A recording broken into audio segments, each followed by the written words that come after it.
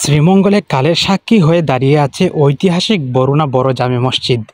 এটি শ্রীমঙ্গল উপজেলাধীন খালাপুর ইউনিয়নের হাইল হাওরের পূর্ব পারে বরুণা গ্রামে বড় জামে মসজিদ নামে পরিচিত।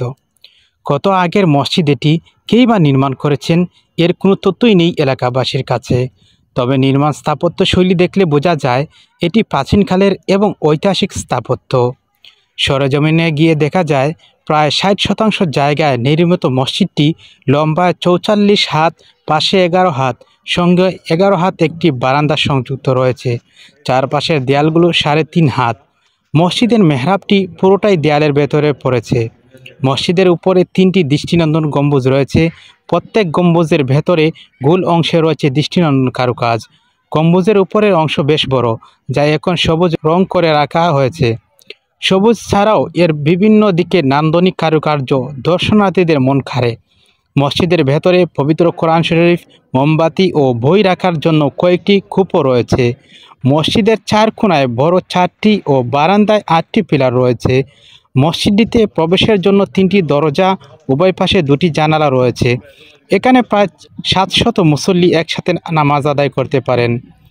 মসজিদটির স্থাপনা নিয়ে মতানৈক্য থাকলেও এলাকার স্থানীয় ব্যক্তিবর্গ মসজিদটি সুদক্ষ ইঞ্জিনিয়ার দ্বারা পরীক্ষা নিরীক্ষা করে এটা জানতে পারেন যে আনুমানিক 400 বছর পূর্বে, অর্থাৎ 1000 বাংলা মোতাবেক 1593 সনে মসজিদটি স্থাপিত হয়।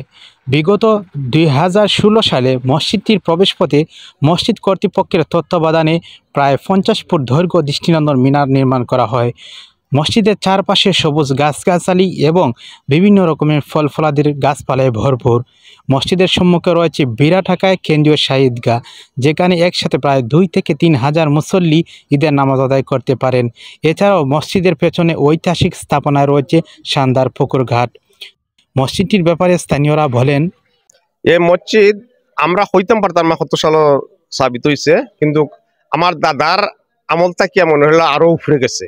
মানে আমার দাদার আজ মরায় মনে হলো প্রায় 200-300 বছরের বয়স বুঝলি। এর আগে দিয়েছে প্রায় অনুমানিক আমরা আলাপ আলোচনা করি আর কি, আমরা 400 বছর, 450 বছর, 500 বছর ও ধরুন আমরা আলাপ আলোচনার মধ্যে আমরা রয়েছে বুঝলি। এই পর্যন্ত মনে হলো মসজিদ আছে, কোনো কাম কাজ লাগাইছে না, খালি একবার আস্তর করিয়া আস্তর ছাড়াই আমরা আস্তর করছি, ওইভাবে এখন মসজিদ আছে না। এই ধরনের আমরা কিছু পাই নাই। এখানে সরকার থাকিও অনেক সাংবাদিকে তুলিয়া নিশ্চয় নেওয়ার পরেও তারা আশা দিছে আমরা পাইমু, পাওয়ার যে আমরা পাই না। এখানে মসজিদের কোনো অবদান নাই।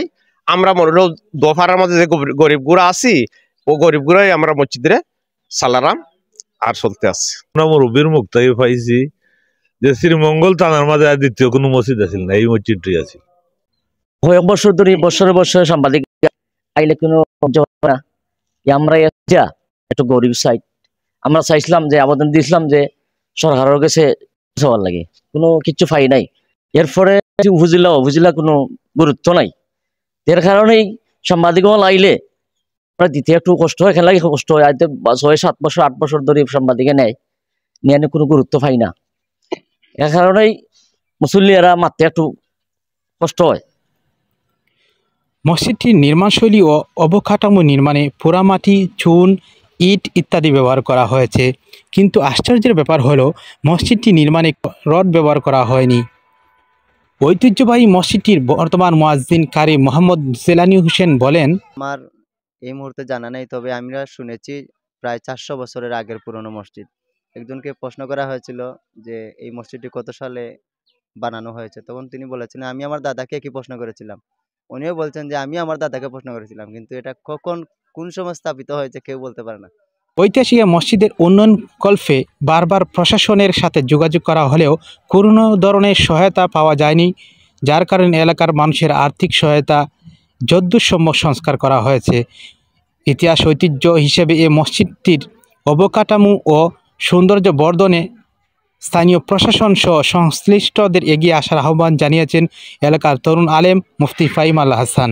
বরুণা বড় জামে মসজিদ এটি ঐতিহাসিক একটি মসজিদ, যেটাকে ধারণা করা হচ্ছে যে আনুমানিক 400 বছর পূর্বে এই মসজিদটা প্রতিষ্ঠিত হয়েছে। এবং বর্তমানে এলাকার স্থানীয় যে সমস্ত মানুষরা রয়েছেন এবং বিশেষ করে এই এলাকার যত প্রবাসীরা আছেন, তাদের অনুদানের মাধ্যমে এই মসজিদটা আলহামদুলিল্লাহ দিন বদিন তরক্কির দিকে যাচ্ছে। এই মসজিদটি একটি ঐতিহাসিক মসজিদ, যেটা ধারণা করা হচ্ছে মুঘল আমলে প্রতিষ্ঠিত।